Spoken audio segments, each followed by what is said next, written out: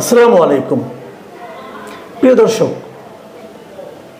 বাংলাদেশে বর্তমানে যে অন্তর্বর্তীকালীন সরকার আছে তারা কি তাদের কর্মকাণ্ড, তাদের আচরণ এবং কথাবার্তা এর মাধ্যমে দেশের মধ্যে একটা ঐক্যের পরিবেশ, জাতীয় ঐক্যের পরিবেশ তৈরি করতে পারছে? তারা কি মানুষের মধ্যে তাদের প্রতি প্রবল আস্থার জন্ম দিতে পারছে, নাকি তারা মানুষের মধ্যে এক ধরনের বিভেদ, এক ধরনের অনৈক্যের কারণ হয়ে দাঁড়াচ্ছে? নাকি তারা রাজনৈতিক দলের ব্যাপারে সাধারণ মানুষের মধ্যে এক ধরনের নেতিবাচক ধারণা ছড়িয়ে দিতে চাচ্ছে? নাকি তারা বিরাজনীতিকরণের দিকে যাচ্ছে? এই যে প্রশ্নগুলো আমি করলাম, এই প্রশ্নগুলি কিন্তু এই মুহূর্তে আমার মনে হয় সব মিলিয়ে একটা জরুরি প্রশ্ন হয়ে দাঁড়িয়েছে। এই কথাটা আমি এই কারণে বললাম যে আজকে এই অন্তর্বর্তীকালীন সরকারের ডাক, টেলিযোগাযোগ ও তথ্য প্রযুক্তি মন্ত্রণালয়ের যিনি উপদেষ্টা মিস্টার নাহিদ ইসলাম, তিনি আজকে ব্রিটিশ গ্লোবাল পার্টনার্স গভর্নেন্স এর প্রতিনিধি দলের সঙ্গে সাক্ষাৎ করেছেন। এই সাক্ষাতের পরে উনি ওনাদেরকে কিছু কথাবার্তা বলেছেন। কি বলেছেন না বলেছেন সেটার ব্যাপারে ওনার এই মন্ত্রণালয়ের পক্ষ থেকে একটা সংবাদ বিজ্ঞপ্তি পাঠানো হয়েছে বিভিন্ন মিডিয়াতে। সেই সংবাদ বিজ্ঞপ্তিতে উনি কি বলেছেন, মানে যে কথাগুলি বলা হয়েছে, উনি বলেছেন বলে যে কথাগুলি বলা হয়েছে সেটা আপনাদের আমি স্পষ্টভাবে পড়ে শোনাতে চাই। কারণ উনি কথাগুলি যে বলেছেন আমার কাছে মনে হয়েছে যে এটা উনি হয় বুঝে বলেছেন কিনা আমি জানি না, তবে কথাগুলির ওজন অনেক বেশি এবং আমার কাছে কিছু কিছু ক্ষেত্রে আপত্তিকর মনে হয়েছে। তিনি বলেছেন, রাজনৈতিক দলগুলো চাচ্ছে তাদের অধীনে সংস্কার হোক, তাই তারা বর্তমান অন্তর্বর্তী সরকারকে ব্যর্থ প্রমাণ করার চেষ্টা করছে। তারা সংস্কারের পরিবর্তে নির্বাচনকে বেশি প্রাধান্য দিচ্ছে। আরো অনেক কথা আছে, আমি এই তিনটা বাক্যকে নিচ্ছি, আমি তিনটা বাক্য নিয়ে কথা বলতে চাই। প্রথম বাক্যটা, রাজনৈতিক দলগুলো চাচ্ছে তাদের অধীনে সংস্কার হোক। এই চাওয়াতে অন্যায় কোথায়? জনাব নাহিদ ইসলামকে আমি প্রশ্ন করতে চাই, এই চাওয়াতে অন্যায় কোথায়? তারা তো চাইতেই পারে।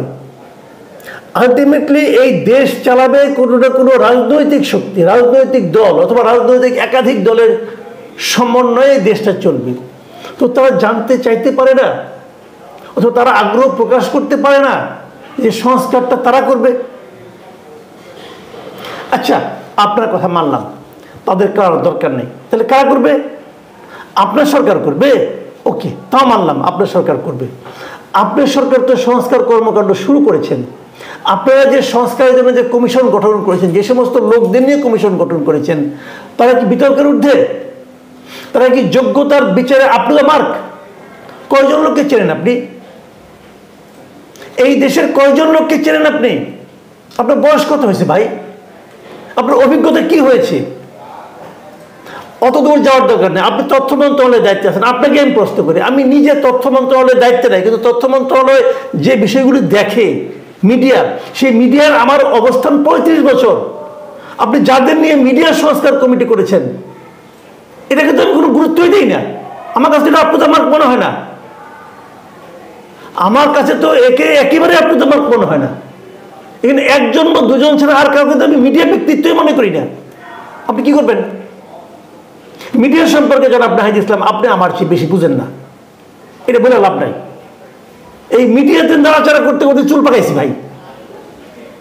আপনি মন্ত্রী হয়ে গেছেন, আপনি এটার দণ্ডমুণ্ডের কর্তা হয়ে গেছেন, আপনি বুঝেন না। আপনি দেশের মানুষের পালসই বুঝেন না।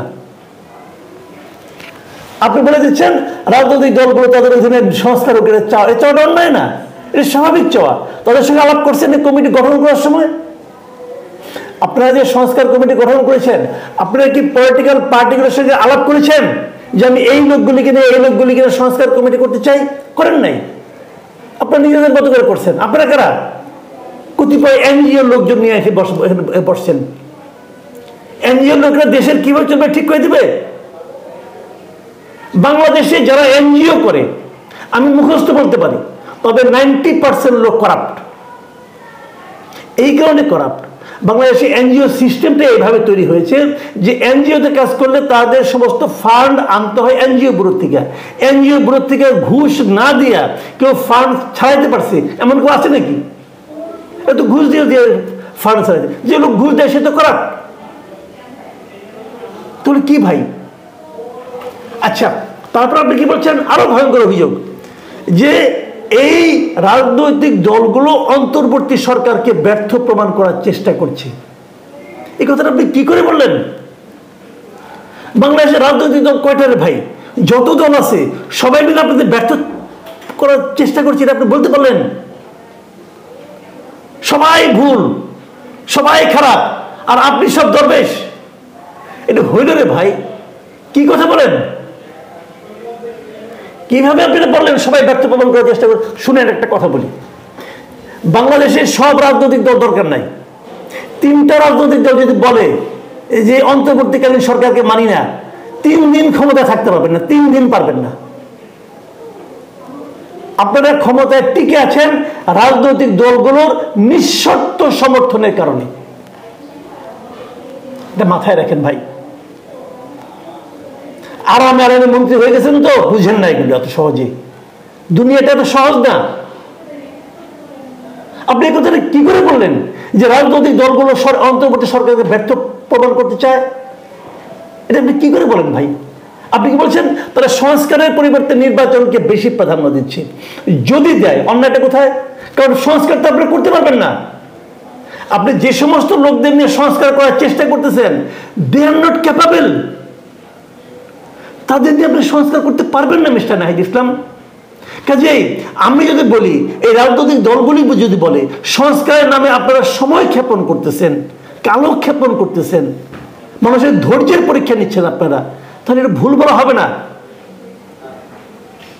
কাদের নিয়ে উপদেষ্টা পরিষদ করা হয়েছে? এটা এই উপদেষ্টা পরিষদের সবাই কি ক্যাপাবল? শুনেন, আপনাদের লক্ষ্য ছিল দুটো। আমি বলি দুটো প্রকাশ্য এবং একটা অপ্রকাশ্য। দুটো হলো, 1 নম্বর হলো একটা নির্বাচন করা, অবাধ ও সুষ্ঠু নির্বাচন করা, আরেকটা হলো কিছু সংস্কার করা। আর 3 নম্বর যেটা অপ্রকাশ্য, সেটা হলো গিয়ে যতদিন এই কাজটা করতে সময় লাগবে ততদিনে আপনার দেশটা চালাবেন। সবাই ভেবেছিল এই 3 নম্বরটা বোধহয় অটো হয়ে যাবে, কারণ আপনারা যখন যাবেন তখন দুর্নীতি কমবে, দুর্নীতি হবে না, এই জন্য হয়তো এটা খুব স্মুথলি চলবে। কিন্তু সেটা কি পেয়েছেন? আপনাদের বাজার ঠিক করতে পারেন নাই, দ্রব্যমূল্য ঠিক করতে পারেন নাই, মানুষের হাহাকার, দ্রব্যমূল্যের মানুষের যে নাভিশ্বাস, এইটাই আপনারা থামাতে পারেন নাই। একজনকে বাণিজ্য মন্ত্রী বানানো হয়েছে, সে আসার পরে সয়াবিন তেলের দাম 1 লাফে 8 টাকা বাড়ছে। আগের দিন পর্যন্ত সয়াবিন তেল নাই বাজারে, একদম নাই, সংকট। যে 8 টাকা বাড়ালো সঙ্গে সঙ্গে সয়াবিন তেল বাজারে চলে আসলো। এটাকে সিন্ডিকেট বলা হয়। এই সিন্ডিকেটের পক্ষের লোকটা বাণিজ্য মন্ত্রী বানিয়েছেন আপনারা।